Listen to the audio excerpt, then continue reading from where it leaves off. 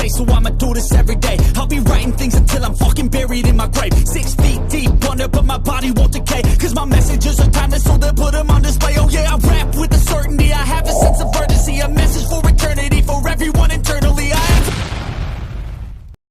Honneur à vous les gars, j'espère que vous allez bien et bienvenue sur Fumichaud, review du chapitre 238 de Blue Lock. Alors, j'ai pas fait de review sur le 237 tout simplement parce que il s'est rien passé.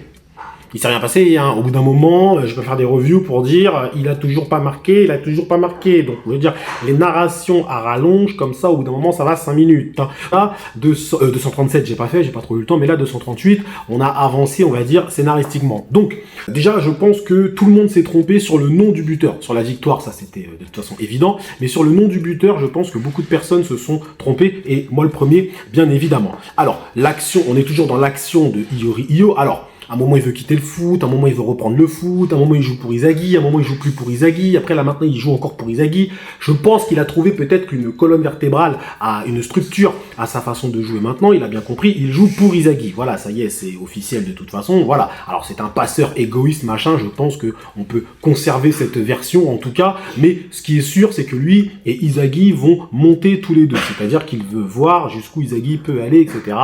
Voilà. Donc, on a bien compris, Iori et Inzaghi, maintenant, ça va être un binôme, un peu comme Tsubasa et Taro Misaki. C'est clairement ça, ok? Donc, il y a eu tout un développement de Iori durant le but, hein, mais ce qui était le plus intéressant, c'est que ils se comprennent sans se regarder. C'est-à-dire que c'est ça qui a impressionné un peu tout le monde, hein, surtout dans l'action finale, c'est que ils sont tous en train de voir où est-ce que Iori regarde, etc. Mais en fait, Iori ne regarde même pas Inzaghi. Donc là, en fait, on te sous-entend que l'entente entre les deux, elle va au-delà de la compréhension footballistique classique. C'est-à-dire que on est sur je te comprends sans te regarder, je sais où tu es, je sais où tu te places. Et finalement, alors la grande surprise, et c'est un peu la grande nouvelle hein, de ce chapitre-là, c'est que Inzaghi surpasse Kaiser dès maintenant. Alors quand je dis surpasse Kaiser, on sait que Kaiser physiquement, il est encore supérieur à Inzaghi, mais je veux dire le fait est que là, il est mis 2 buts et Kaiser n'en a mis qu'un seul. C'est factuel, on est dans le Blue Lock, on est vraiment dans un monde où, clairement, celui qui met le plus de buts, c'est lui le plus fort. Enfin, je veux dire, la logique, elle est simple dans le Blue Lock. Donc là, le fait que Inzaghi ait mis un doublé, ça remet tout en cause, tout en question, tout ce que j'ai dit. Ne serait-ce que ce que j'ai dit sur le meilleur joueur du match. Maintenant, il y a match entre Barreau et Inzaghi. Très clairement, il y a match. Hein. Alors, moi, je reste sur Barreau, mais je dois avouer que Inzaghi, quand même, là, c'est lourd. C'est très très lourd d'une certaine façon. Après, attention, dans cette action, Inzaghi fait pas non plus grand-chose. Hein. C'est Iori qui fait tout le taf. Hein. C'est Iori qui fait tout le taf. Hein. C'est Iori qui mène le jeu, en vrai de vrai. Hein. Donc, Inzaghi, là, il vient finir. D'une certaine façon, là, il a vraiment un rôle de finisseur, hein, pour le coup. Donc, bref, Inzaghi met le but, les deux se sautent dans les bras, etc. Alors, j'ai cru à un moment qu'il allait avoir hors-jeu.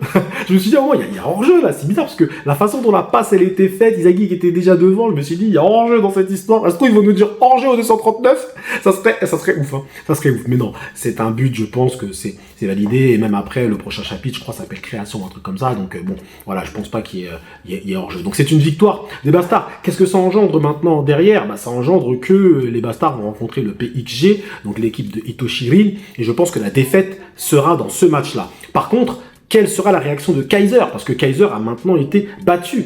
Très clairement, Kaiser a été battu et Kaiser ne peut pas évoluer dans le même, on va dire, dans la même équipe que Inzaghi, alors qu'il a été surpassé par Inzaghi. Il peut pas y avoir 2 joueurs comme ça dans la même équipe. Donc, que va faire Kaiser? Que va décider Kaiser? Comment va réagir Barreau? Je pense que Barreau a pris un coup énorme dans son ego parce que Barreau a vraiment tout misé dans ce match. Il a tout donné, Barreau. C'est un truc de fou. Donc là, la défaite de Barreau, comment va réagir le personnage? Parce qu'il a limite misé sa carrière, en fait. Mais Barreau ne doit pas s'inquiéter parce que sa prestation, franchement, elle reste incroyable. Il va monter en valeur, etc. Et Barreau a montré des capacités défensives. Il a grave évolué dans ce match. Mais Inzaghi, il faut dire la vérité, il frappe du pied gauche. Maintenant, il joue avec Iori. Et d'une certaine façon... Alors, pourquoi je comprendrais que les gens me sortent Inzaghi comme meilleur joueur du match? Parce que en fait, Inzaghi, il joue dans une équipe qui n'est pas soudée. Il joue dans une équipe où c'est un rassemblement d'individualités. Barreau, ils sont tous pour lui. Donc d'une certaine façon, même si le jeu d'Inzaghi, on va dire, c'est moins beau footballistiquement, c'est moins cohérent aussi, mais c'est plus difficile pour un Inzaghi de mettre un but que pour un Barreau. Parce que Barreau, lui, il a toute l'équipe avec lui. Donc je suis fan de Barreau, mais je reste objectif dans mon jugement. Inzaghi a plus de difficultés à créer une action de jeu que Barreau. Barreau, lui, dès qu'il fonce, tout le monde joue pour lui, d'une certaine façon. Donc c'est plus simple pour lui de mettre un but. C'est pas le cas pour Inzaghi. Donc c'est vrai que le jour où on a une équipe qui est fédérée autour d'Inzaghi, même si pour moi ça reste un meneur de jeu, mais même s'il est finisseur, si Inzaghi se trouve être le finisseur et l'équipe joue pour lui, c'est vrai que Inzaghi pourrait être vraiment très très fort, parce qu'avec sa métavision, il pourrait coordonner les uns et les autres. Donc là, franchement, c'est vrai que pour moi, il y a... Allez, match nul entre les deux, pour moi, match nul, parce que Barreau a quand même fait quelque chose de très lourd. Il est sorti de son carcan stratégique, etc. Il a retrouvé son ego, il a mis un doublé, il redescend en défense, il a surpassé Kaiser et Inzaghi factuellement, il leur a fait petit pont et tout, donc lui aussi, il a fait un match de ouf, Barreau. Mais Inzaghi aussi a fait un match incroyable, et là, il surpasse Kaiser. Là, il surpasse Kaiser, très clairement. C'est très rapide, hein. C'est très rapide, mais il a grave évolué. Mais je pense que l'auteur aussi veut faire un petit peu avancer au bout d'un moment les bails, et il a pas tort. Donc, écoutez, on attend le prochain match. Il va y avoir forcément une petite transition. On va rentrer dans une période transitoire, là, c'est clair. Et après, ça va rencontrer le PSG. Mais par contre, le match contre le PSG, je pense que ça va être l'un des matchs les plus violents. Parce que même si je pense qu'il va y avoir défaite de la part des Bastards, ça va être une défaite, je pense, qui sera vraiment serrée. Donc ça va être un truc extrêmement lourd, les frérots. Par contre, il y a certains joueurs qu'il faut quand même citer aux abonnés des absents, comme Noël Noah. Déjà, pour moi, Noël Noah, son entrée, elle est anecdotique, il a servi à rien. Kunigami le fantôme, il a rien fait, Kunigami, clairement et simplement. Donc, faut faire attention aussi, parce que quand on regarde maintenant, avec le recul, ce match-là, très clairement, qui a été mis en avant? Inzaghi, Iori, Lorenzo, Barreau, Nico, un petit peu, et Gagamaro. 6 joueurs. Pour moi, il n'y a que 6 joueurs qui ont vraiment brillé de ouf. Et encore, il pourrait y avoir débat pour Gagamaro, parce que Gagamaro, c'est sur une action. Donc, il pourrait y avoir débat. Mais au final, il y a des joueurs qui sont passés un peu à côté de leur match. Ça aussi, c'est à prendre en compte. Et j'espère qu'on verra ça dans un débrief, s'il faut un débrief ou pas. Vous voyez ce que je veux dire? Donc, moi, mon avis, c'est que je trouve que les 2 meilleurs joueurs du match sont Barreau et Inzaghi. Petit plus pour Barreau, parce qu'il s'est extirpé un peu de son truc, machin, il met tout en jeu, machin. Voilà, j'ai apprécié le développement, en tout cas, de Barreau, mais, faut dire la vérité, avec Inzaghi, c'est au même niveau, voire même supérieur pour Inzaghi, je peux le comprendre et je peux l'entendre, il n'y a pas de souci. Ensuite, en dessous, je pense que c'est Lorenzo et Kaiser. Avec Nico, je pense que Lorenzo, Kaiser et Nico sont au même niveau. Ouais, j'ai oublié de citer Kaiser aussi dans les personnages qui se sont illustrés. Donc Lorenzo, Nico et Kaiser, je pense que on peut les mettre au même niveau dans la façon dont ils se sont illustrés. Et ensuite en bas, t'as Kagamaru, un peu les autres là aussi, Raichi, Jingo aussi là c'était voilà, t'as Aiku aussi qui a fait un petit match plutôt sympathique. Voilà, ça reste, on va dire, c'est en dessous, c'est les mecs qui ont fait un bon match. Ils ont bien joué, ils étaient bons. Ok, mais faut dire la vérité, c'est Inzaghi et Barreau. C'était assez prévisible, évidemment. Et Kaiser en dessous.